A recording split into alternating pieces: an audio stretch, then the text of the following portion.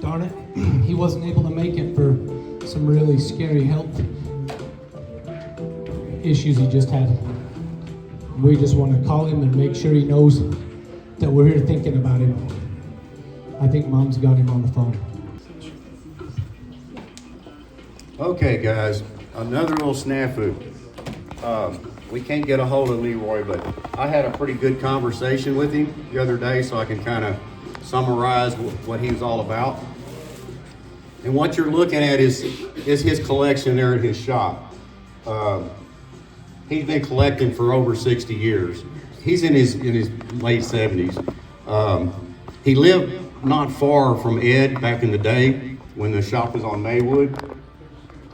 And he knew just about everybody in the industry. Larry Watson, Ed and Barris and everybody. So, and he was a Southern California fixture, out there at the racetracks and at the shows and everything. And knew Ed pretty good. And so he had some really cool Ed stories, about just hanging out at the shop. Kind of like everybody else's stories that knew Ed or had ever encountered Ed. You found out that Ed was just the easiest guy to get along with, and you could communicate with him. He would tell you anything, and that was pretty much Leroy's story. So he started becoming a car builder and did it his whole life for some pretty amazing cars, and of course he also collected all of the trappings of what goes with it, like most of us do. But that's pretty much what we were going to talk about. Oh wait, I think they do have you. So we're going to put you on speaker. Oh, here we go. And to Pirate Larry and we'll go from there. Okay. All right. Hang on.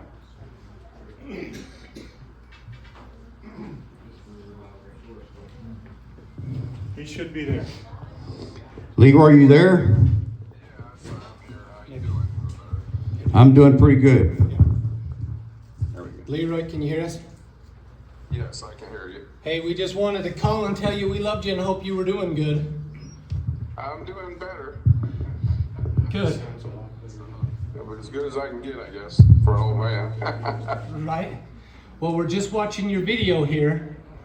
We got a crew in the house checking out your whole shop, and we were just talking about you and how amazing you are and what an amazing collection you have and how many cool people you got to know throughout your amazing life.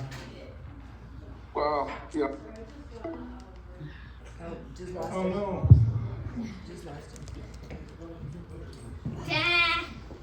I pushed the wrong button, I think. Don't you love tech?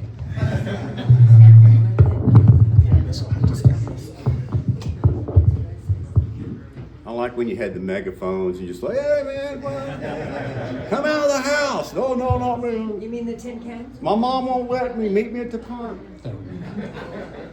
Okay. Sorry we lost you. So we're just here wanting to share our love with you, and we're watching your video. Oh, and it's gone again.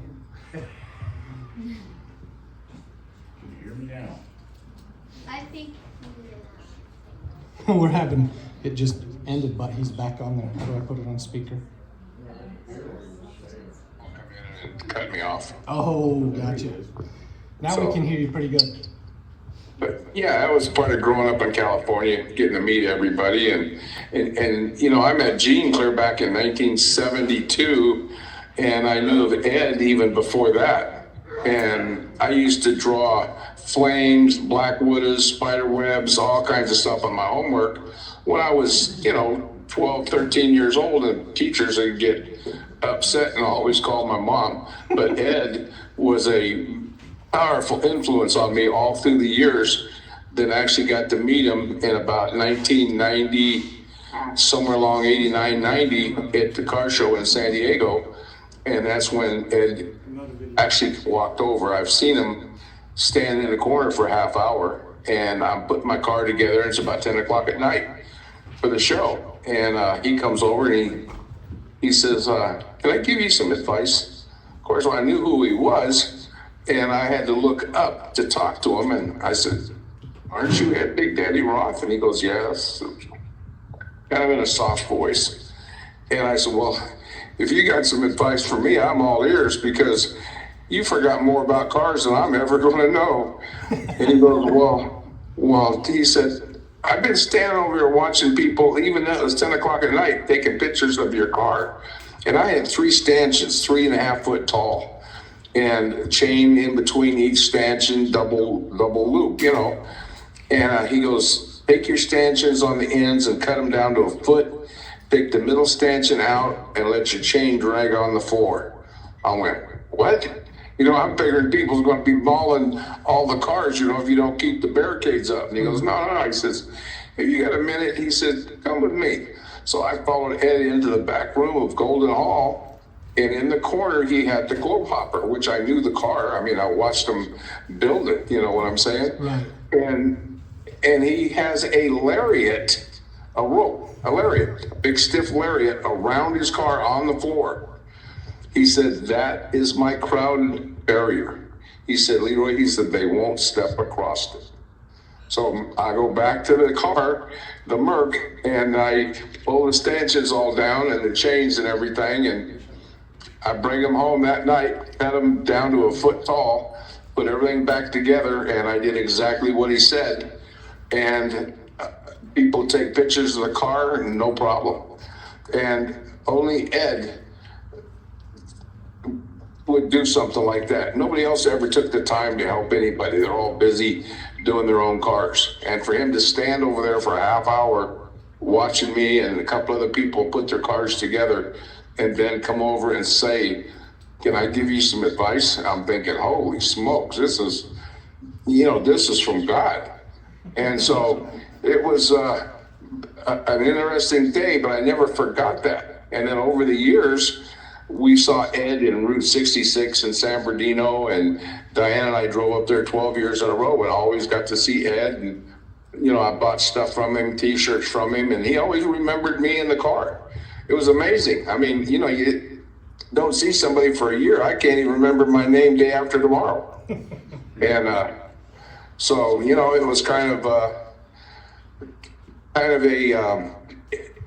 don't know, dream, I guess, had come true.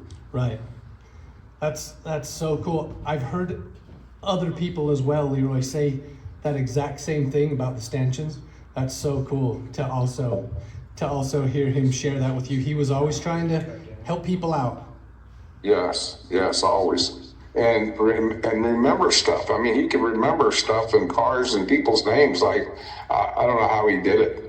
With everything he had going on, building cars and all the places he traveled and all the wheeling dealing he did, he didn't forget people. You know, he cared. Yes. Well, and it sure is good to hear your voice. We also, you know, it's this big Fink family, and we also are missing you dearly. How are you feeling? I'm doing okay. I still walking with a cane. They won't give me any pain pills, but I can manage with the pills that Diane gives me, and so I can walk. I can go out in the shop, and I call her the pill Nazi, because she don't give me pills until after 4 hours. Well, if it says 4 hours, and I'm over here hurting and dying, and it ain't time yet. I love it. Hey, Leroy, this is Pirate Larry again. Hey, share with the folks a little bit about you and Watson. I thought that was pretty cool, all the interactions you had with Larry Watson. Larry was a great guy. I met Larry through Gene Winfield at Pomona when I used to go to Pomona and buy parts from Gene. Well, Larry had a booth right next to Gene Winfield. And so Gene introduced me to Larry, and I wound up buying his poster from all the cars that he was pinstriping at the Bell Tower in Bell Gardens. And it was back when he was about 15, 16 years old, pinstriping. And I asked him, I said, what did you charge back then? He said, Leroy, he said, I was getting $15 a car to pinstripe. I mean, most people won't get the brush wet for $15. And he's pinstriping whole cars and doing flames and all kinds of stuff. So I've still got the poster. And then over the years, we became friends. We swapped phone numbers. And he would call me and say, hey, Leroy, I'm having a car show tomorrow in Corona. Well, Diane's up and I are in Bakersfield, right, at the Nationals. And he calls me on Friday night or Saturday morning and calls me and said, "Hey, can you bring your Merc up?" I said, "Yeah, I'll be there. We're in Bakersfield." And he goes, "Oh my." And so we were there at noon. He said, "Bring your car in at noon," and we were there. And we had a lot of customs there. And of course, Larry Watson was famous for his panel painting and all the stuff that he did over the years. And some of the cars that he built were in a lot of the magazines and the little pages and stuff.